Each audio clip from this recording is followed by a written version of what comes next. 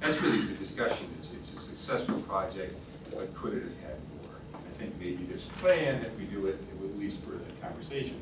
But as Kevin will tell you, it still has to, the pro forma still has to work. It still has to pencil out. You can't ask for all this stuff, high-end stuff, unless you can make it pencil out.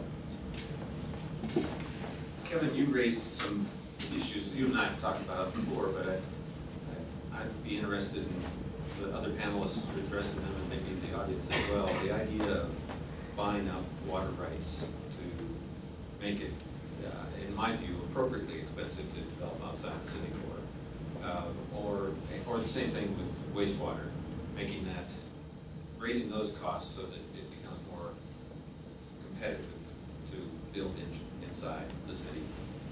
Would any of you panelists like to address that? I can start in that. I'll just say I can't not speak for the city, but I'm just providing one perspective here, and it's not the official perspective. But if you look at Banning Lewis Ranch as an example, the annexation agreement fundamentally said, we'll take care of the water.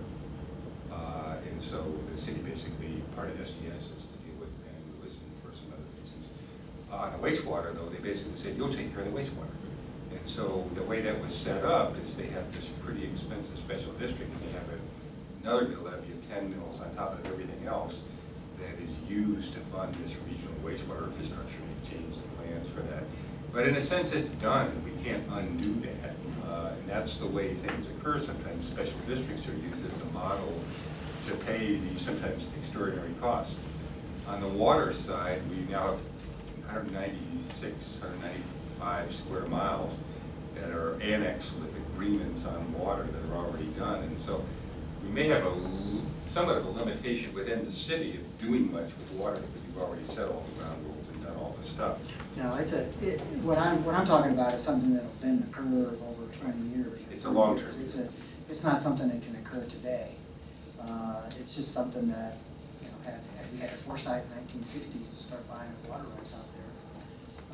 You know, we would have a different urban form today than we do now. Is it even something that can be done long term, buying up water rights like that? Because doesn't water law say that if you're not using it, the state can just take it back?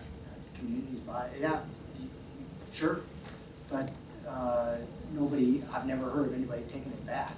Okay. I mean, it's for sale. It's for sale out there. If it's not being utilized, I think the state says they can take it back. Being utilized for future. I mean, exactly. future water rights. You're protecting your. I mean, yeah. I think you're confusing the acquisition of water rights depends on beneficial use. Once you have the water rights, then they're transferred. In Colorado Springs, Utilities is pretty strategic about purchasing water rights, but I don't think they've ever done it in this kind of strategy of trying to prevent development. And it would be, I think, at least the way I heard Kevin speak, I don't think it's about preventing development. It's about prioritizing development inside the city and making it correspondingly more expensive outside the city. There are a number of districts. I worked for the county for 24 years.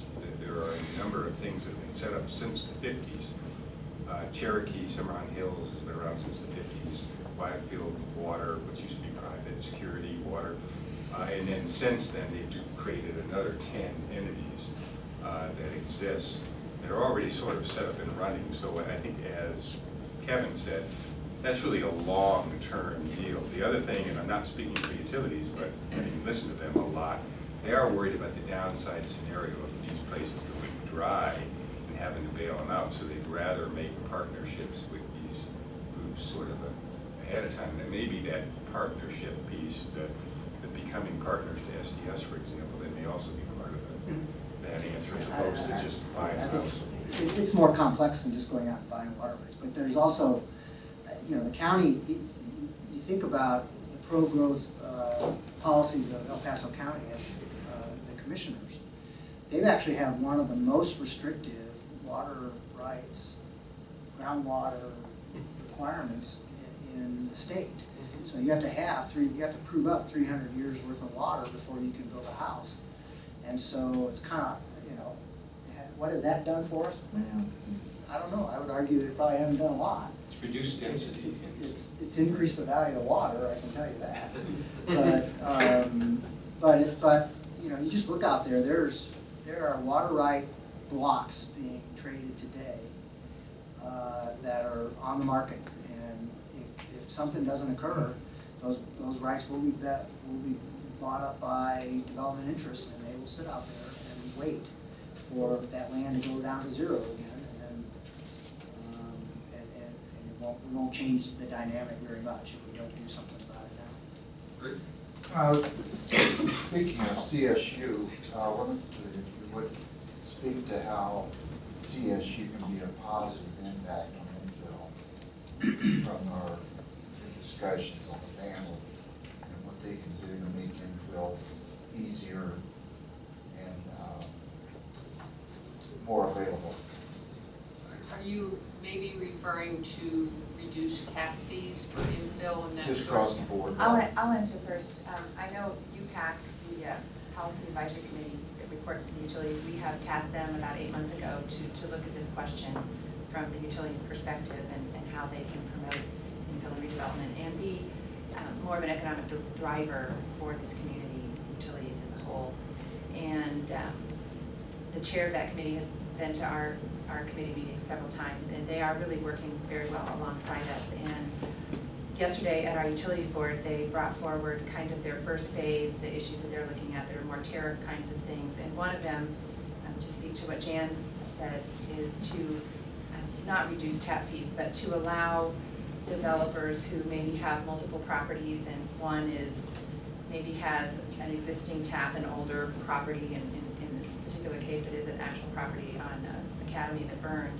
Huge tap over here, but wants to use that tap size over on a different property because they're never going to build anything on this old property to need that tap, to be able to maybe divide the tap and use it over on another property, because tap fees are very expensive. And so we are going to bring that forward in our normal yearly tariff this year, that particular issue, to try to get council to allow that, so that developers have a little more flexibility in how they develop, and if they own multiple properties, what they can do. And of course, we've had to be really careful, because of course developers are very smart people, and they will then start buying properties just to steal the taps, and so you can only do it once per property. You can't take the entire tap. There are a lot of protections that are involved in. And UPAC is looking at I'm writing that down. I know, right? the current chair of the HBA is all over it, so. And they're looking at some other similar types of things that won't come to council anytime soon. But they did work with infill, and the utilities is kind of its own other monster. But they are trying to do some different marketing and working with the Business Alliance, for instance, to put properties on their website. A lot of other cities are doing this. They're marketing their communities much better than we are, because they say that a lot of these businesses that are considering moving do about 70% of their legwork before they even pick up the phone. They do it online. And so to be able to go online, not just see what your rates are, but to actually see properties that are available, and that's a really good way to promote our infill properties, and what the build out is for that for utilities, and then try to work with the utilities, so they're not just always looking greenfield. They have these actual properties that are for sale now. And add one thing to that, which is easy to say and hard to do, but utilities has picked up as part of this UPAC process. It really is, just as I think folks here have talked about, the advantage of taking advantage of our city-owned infrastructure. There's also the same advantage of taking advantage of utilities, which is also city-owned infrastructure. They talk about stranded assets, that if you've got a wastewater interceptor line, and you've got a water line, and you've got 20 or 30% capacity, then it's better to continue to use that. So that's acknowledged by utilities. How to get beyond that acknowledgement has been a challenge, how far they want to go, what they can do within the rates and tariffs and executive limitations and bond covenants and all the rest of the stuff that they have. But there is that acknowledgement of utilities that they're in it, they're in the same situation as the rest of us with respect to the value of info, that ultimately for utilities it will benefit the use of that infrastructure. John, you do have a question? I did, I came up with a question for you. I remember having a conversation 6 or 7 years ago with Andres Tawani, who worked with Jeff Speck, the author of the book. And one of the things that Andres, I remember we were at a conference in Holland, just started yelling at us. You know, we're like, all right. It was in Denver, and the comment, and the reason I want to bring it up is because this is CONO. It's about organization, neighborhoods, and everything else. And the conversation was, our public process is broken as it is today. And I believe firmly, and Jan, we've talked, I think, in previous times on Glen Eagle, actually, about neighborhood process. I'm a firm believer in it. It's been a great process with our Lincoln School project. What the crux of his comment was, we could have 10 people show up to a neighborhood meeting or a city council, just picket fences and everything, just crazy, and it'll shut down a project. But if it was looked at, the reason it's important is that's 10 people out of maybe a neighborhood of 1,000. Most that are for a project or just kind of benign on the project, they don't show up. It's not just kind of like, oh great, that's cool. If it happens, it happens, you know, or I'm excited, but they don't typically go to these things. So how much stock, I guess, should we put into these things in the neighborhood process, planning commission, city council hearings, board of county commissioners, et cetera, into having a minority, you know, waving the flag? It's a tough question. I don't know where I'd answer it, but I'm going to throw it at you guys. I'd like to take a stab at that because that's what I do for a living, and I think that one of the keys to that is to have a good public process to start with. And what we have done a lot of times instead is we have a meeting and it's after work, or what's considered the traditional work day. And you know, it's probably in a location that's not that convenient. And we have one meeting and we call it good. And that is just drastically insufficient. We have to use other ways of reaching out to people. We have to go to people instead of asking them to come to us. And there are a lot of ways to do that, particularly with technology, that we are not using to even a fraction of its capabilities and its potential. So I think and that's a start. Just to sort of add on to that, if you don't mind, Rachel and Kevin and I actually used one of those technologies to a lot of effect, I thought, when we had town hall, electronic town hall for the stormwater issue. We had 10,000 people on the line at some time or another to, in our first town hall, to participate in that.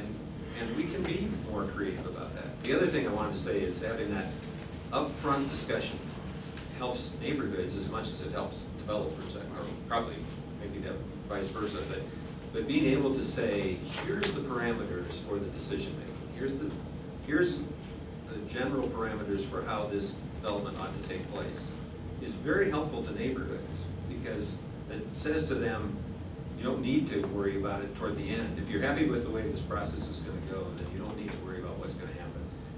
And it also saves a lot of time and effort for developers for whom time is very costly. Yeah, and I think there's another constituency in there that's often forgotten. That's the guy who owns the property that's trying to sell it to a developer. And oftentimes where you get into these conflicts is where there's a disconnect between what the guy's paying for the dirt and what he's going to get out of it at the end. And you know, the process to buy property is done not with neighborhood input. It's done on an individual basis. One guy goes and says, I want to buy your property. He says, I want to buy it. You sell it for $10 a foot. I'll buy it for $5 a foot. They compromise on $7.50. And then by the time they get to the end of the process, it's not worth $5. And so you can't, that's where the real stress comes. If you have these neighbor processes, or these neighborhood plans, where you start to take some of that discussion out of the risk-taking for that property owner who's selling the property, if he knows what he's going to get out of it and he can market that and he gets an expectation, this is what I know it can happen on there, so that's what it's probably worth, and so therefore I can make this deal, then that will encourage them to move their property forward. And so I think this neighborhood planning process idea that you talked about, I think is critical. If you're going to, I think it helps, it's a piece of that infrastructure that the city can help do, it takes some of the risk out of it for developers and for property owners, and takes some of the conflict out of it. You know, so you can say, we've been talking about this for 5 years, guys. It's supposed to be 5 dwelling units per acre, not 25 dwelling units per acre, and so you don't have this conflict. So I think that's important to understand too. I have a comment. I agree with what you just said, and especially I agree with the whole process today. I think it was wonderful. But I was sitting here listening, and when Jan was talking about the process for neighborhoods, that is essential. I've lived here 38 years, so I have some idea of what has been planned, what has worked, and what has not worked with good plans. Good plans, but not planning to involve the neighborhoods that they would affect. So Jan, I just wanted to say, use those notes that you have as you move forward with this infill. I thought they were wonderful. Thank you very much.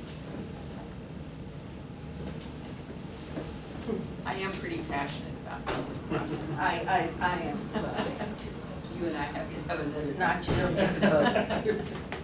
Kind of an observation on the public process. Have been in the public sector and planning for over 30 years now. What often happens is, I talked about things under the radar, well maybe not under the radar, but a lot of things get worked out before the final hearing. We had a situation with a multifamily project up near UCCS, not the one south of Not the great one. but the one to the north. And by the time it got to the city council, it took a little while, and there was some discussion. By the time it got to city council, there was no opposition.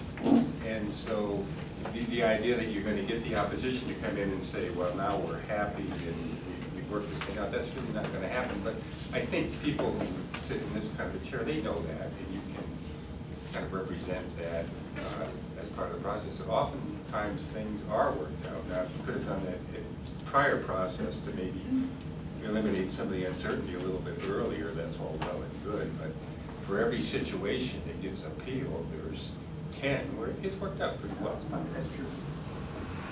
Well, we may want to rethink our expectations too. Just because something takes a little time to work out doesn't mean it's a bad thing. Just because it's sometimes hard doesn't mean it's a failure. But that's the balance of infill and greenfield. That's where greenfield goes. I mean, I can have a greenfield developer come to me and say, let's go and get this going out east somewhere, and have the same one come here, and they have different timelines. One may have a 6-month timeline, the other, well, it might be 2 years. And the other big thing I think, which is I think really helpful, I would suggest that it's something you at least be cognizant of as neighbors, because it comes all the time, and I know John could talk about this. It really is a scale issue with infill, not all infill, but some infill. If you're doing a Gold Hill Mesa, you got to expect to spend a lot of money and go through a fairly long process because it's a big project and it's got all these macro issues to deal with. But if you're doing a development that's got 3 units on one lot, you don't have a lot of ability to hire planners, to do traffic impact studies, to go through all, provide expensive mitigation, because your project is small. And so we haven't come up with any real good answers on that, other than I think we need to recognize as citizens, as neighbors, as part of the business community, that scale issue is pretty important. And that infill projects will inherently fail if you've created an expensive process, either physical costs or process costs, to do small infill projects. So it certainly becomes even more important for small projects because you can't afford the uncertainty of an expensive process. Yeah, if you're building 100 units or 200 units, and you take 5% out, you can probably manage that. If you're building 3 units, you can't take 5% out.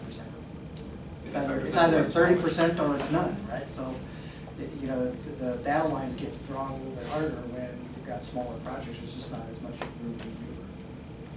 Well, that's what I've always heard and read, that it's so much easier to build outside of the city where there aren't all those hoops to jump through. Absolutely. Where inside, it's just so much more difficult that people just prefer to go out. And so I think, yeah, like you said, it has to be made easier for people to build in the city. The time that it takes to build 100 units in Falcon versus the time it would take to build 100 units in Patty Jewett, it ain't gonna happen.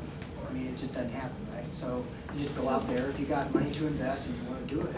And as long as the costs, you can maneuver the costs out there, like I said, you can play with that land cost to the point where it's down to zero practically. You're gonna always be able to undercut value and undercut costs for infill development. And to the extent that costs are drivers, you're gonna always be able to deal with that. So the only way to do that is to try and even up the costs a little bit and recognize that that land out there, I think the most important revelation I've ever had, that land out there is worthless without some opportunity to turn it into economic development or urban development. It might as well just sit out there and do nothing. Pumpkin Center is not gonna develop. The land out Because there- why? Bad soil or? It's, what are you talking no, about? it's just too far away, but I mean, it's, Oh. but you can buy that land for zero, but you can buy land for $5 an acre.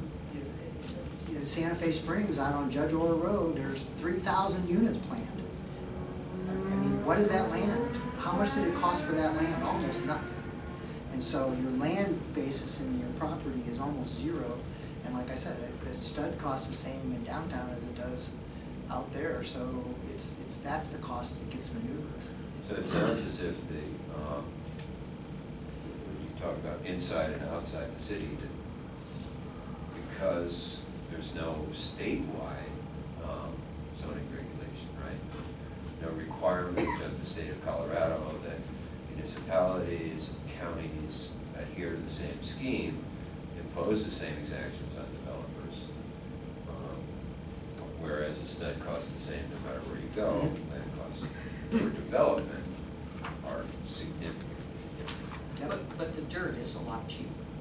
Dirt is a lot cheaper because there's Yeah. no cost imposed Because you on can it still for make an development. economic. But the county has zoning, and the county and the state has all the water regulations, and the wastewater is county. Well, that's a state. That's state. However, But if you're talking about statewide type things, I mean, it's still Colorado and it's still the Wild West, right? So, I mean, property rights the chances of that, us becoming Oregon, are not very high, I would say, and with statewide planning and statewide, land use regulation like that. I wouldn't hold out a lot of hope for that. I'd rather go out and buy the water rights if I was trying to change something. right, so but in the absence of Yeah. a level playing field, what can a municipality or small government do to encourage? Just recognize what tools you've got. We talked about some of them. All of these things that we talked about in terms of changing, making it a little bit easier, or getting a little bit more certainty, or cutting the cost of the park fee or school fee, or Parking requirements. Yeah, parking requirements. All those things are ways to level that playing field, but it pales in comparison to what you have to pay for dirt. They do just the opposite. Yeah, I know we have two questions back here. Well, we can start. I wanted to say, the infill committee, what happens? I mean, so if someone said you were almost done with your agenda or almost done looking at materials, but what's the next step? When do the incentives or, whatever you're doing with those tools, when do they become